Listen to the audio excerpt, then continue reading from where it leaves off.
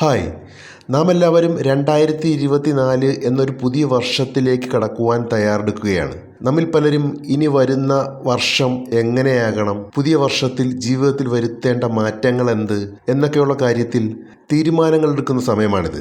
പലരും അതിനുവേണ്ടി ശക്തമായ തീരുമാനങ്ങൾ എടുക്കാറുണ്ട്. ന്യൂ ഇയർ റെസൊല്യൂഷൻ എന്ന് പറയും. റെസൊല്യൂഷൻ എന്ന് പറഞ്ഞാൽ ദൃഢനിശ്ചയം, പുതുവർഷത്തിലേക്ക് വേണ്ട ദൃഢനിശ്ചയം.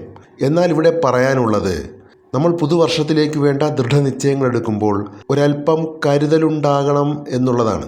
കാരണം റെസൊല്യൂഷൻ അഥവാ ദൃഢനിശ്ചയം എടുക്കുന്ന സമയത്ത് സൂക്ഷിച്ചില്ലെങ്കിൽ അതിലൊരല്പം നെഗറ്റിവിറ്റി കലരാൻ സാധ്യതയുണ്ട് എന്നുള്ളതാണ്. ഈ ഒരു നെഗറ്റിവിറ്റിയാണ് പലപ്പോഴും പുതുവത്സര തീരുമാനങ്ങളെ അല്ലെങ്കിൽ മറ്റെപ്പോഴെങ്കിലും എടുക്കുന്ന ദൃഢനിശ്ചയങ്ങളെ അധികം താമസിക്കുന്നതിന് മുമ്പ് ബ്രേക്ക് ചെയ്ത് കളയുന്നതിന് ഒരു മുഖ്യ കാരണമായി വരുന്നത്. അതായത് പുതുവത്സരത്തിലേക്ക് വേണ്ട ശക്തമായ ഒരു തീരുമാനമെടുത്ത് പ്രവർത്തിച്ച് മുന്നോട്ട് പോയി അധികം താമസിയാതെ തന്നെ ആ പ്രവർത്തികളിൽ പലതരത്തിലുള്ള തടസ്സങ്ങൾ ഉണ്ടായിക്കൊണ്ട് ആ പ്രതിജ്ഞ പാലിക്കാൻ കഴിയാതെ വരുന്ന ഒരു സാഹചര്യം. എന്താണ് നെഗറ്റിവിറ്റി? അത് മനസ്സിലാക്കുവാൻ നമ്മൾ എന്തിനു വേണ്ടിയാണ് പുതുവത്സര പ്രതിജ്ഞകൾ എടുക്കുന്നത് എന്ന് ആദ്യം പരിശോധിക്കണം. 90% കേസുകളിലും ഒരു വ്യക്തി പുതുവത്സര പ്രതിജ്ഞ എടുക്കുന്നത് തൻ്റെ നിലവിലുള്ള അഭികാമ്യമല്ലാത്ത ഒരു സാഹചര്യത്തെയോ ശീലത്തെയോ ജീവിതാവസ്ഥയെയോ മാറ്റി കുറച്ചുകൂടി ഒന്ന് ഉയർത്തുക എന്ന ഉദ്ദേശ്യത്തോടു കൂടിയായിരിക്കും. ഈ ഒരു ഉദ്ദേശ്യമാണ് ഇവിടെ നെഗറ്റീവായി വരുന്നത്. എന്തിനു വേണ്ടിയാണ് ഇവിടെ പ്രതിജ്ഞ എടുക്കുന്നത്? നിലവിലുള്ള അഭികാമ്യമല്ലാത്ത ഇഷ്ടമല്ലാത്ത ഒരു കാര്യത്തെ മാറ്റി കുറച്ചുകൂടി ബെറ്ററായ ഒന്നിനെ അടുത്ത വർഷം കൊണ്ടുവരിക എന്നതാണ്. അതായത് നമ്മൾ സ്വയം പ്രഖ്യാപിക്കുകയാണ്, നമുക്ക് നിലവിലുള്ള നമ്മെ അല്ലെങ്കിൽ നമ്മുടെ ജീവിത സാഹചര്യത്തെ ഇഷ്ടമല്ല.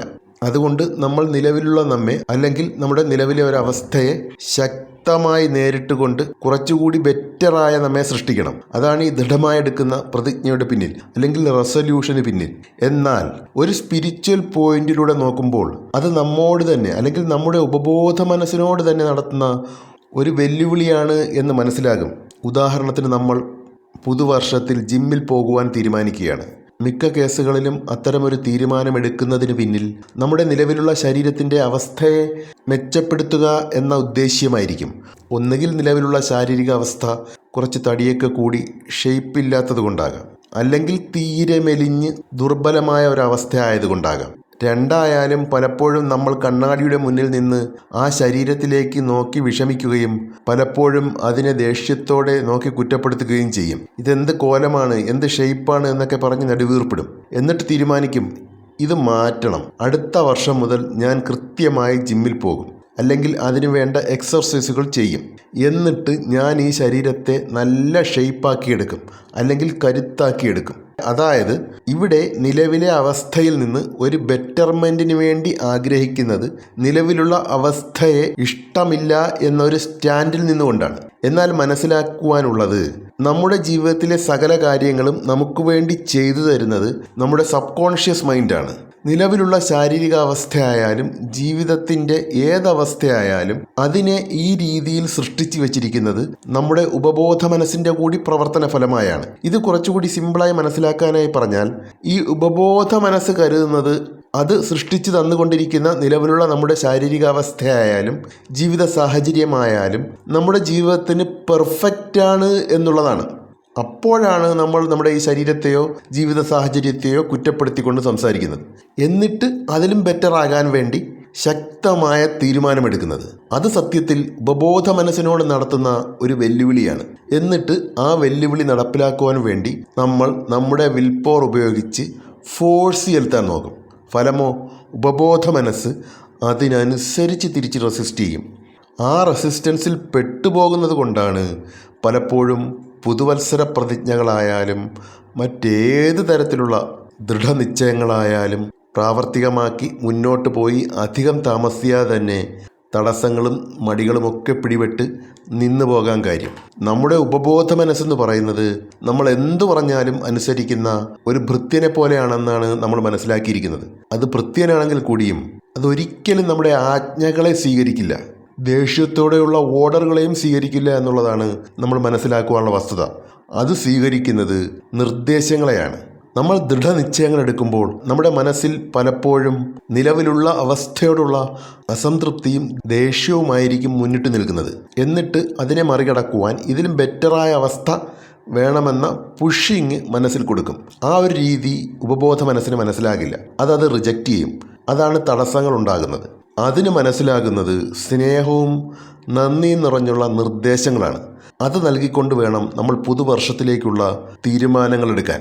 അതിന് നാം ആദ്യം ചെയ്യാനുള്ളത് നിലവിൽ നാം മാറ്റാൻ ആഗ്രഹിക്കുന്ന ജീവിതത്തിൻ്റെ ഒരു സാഹചര്യം അല്ലെങ്കിൽ ഒരു അവസ്ഥ എത്ര നെഗറ്റീവാണെങ്കിൽ കൂടിയും അതിനെ നാം സ്വയം അംഗീകരിക്കുകയും സ്നേഹിക്കുകയും ചെയ്യുന്നു എന്ന് പ്രഖ്യാപിക്കുകയാണ്. ശരീരത്തിന് കുറച്ച് ഷേപ്പ് കുറവാണ്, അല്പം ഭാരം കൂടുതലാണ് അല്ലെങ്കിൽ കുറവാണ്, ശരിയാണ്. പക്ഷേ അത് സാരമില്ല.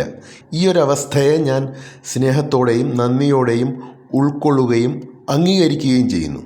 അത് നമ്മളൊരു പേപ്പറിൽ എഴുതി വെച്ചതിന് ശേഷം നമ്മൾ 2024 നേടുവാൻ ആഗ്രഹിക്കുന്ന ശാരീരിക ഭാരം എത്രയെന്ന് വെച്ചാൽ അതും എഴുതുക.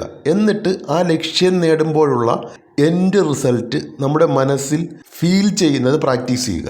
എന്നിട്ട് ജിമ്മിൽ പോവുകയോ സ്വന്തമായ എക്സർസൈസുകളോ ഫോളോ ചെയ്യുക. അതാണ് ശരിയായ രീതി.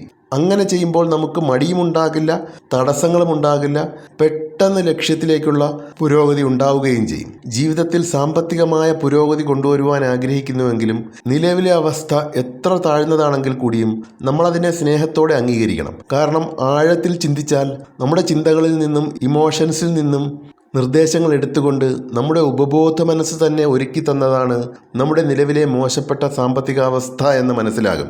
ആ ഒരു യാഥാർത്ഥ്യം അംഗീകരിച്ചുകൊണ്ട് വേണം നമ്മൾ സാമ്പത്തികമായ ഒരു മെച്ചപ്പെടലിന് വേണ്ടി റെസൊല്യൂഷൻ എടുക്കാൻ.